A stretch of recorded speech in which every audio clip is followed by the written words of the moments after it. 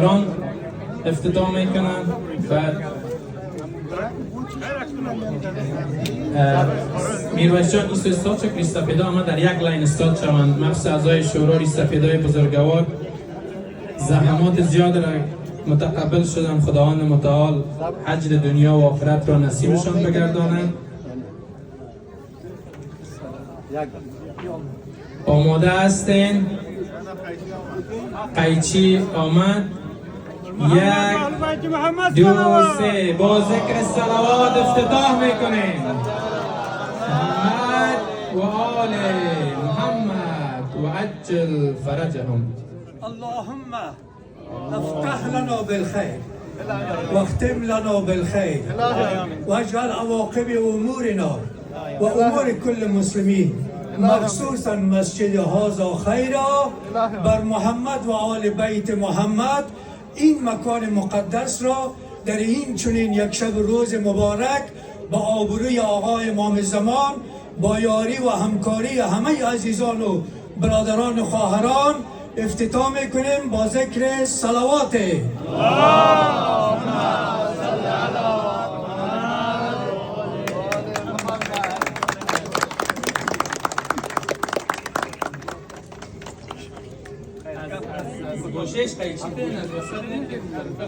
کم کم مبارک باشه انشاءالله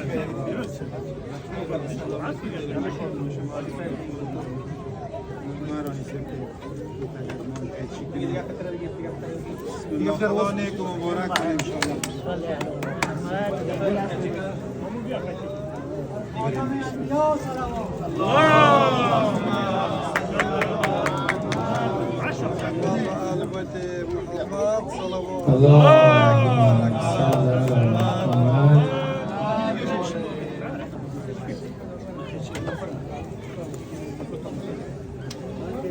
میان به محمد صلوات. فاطمه بیا محمد مصطفی بلند صلوات.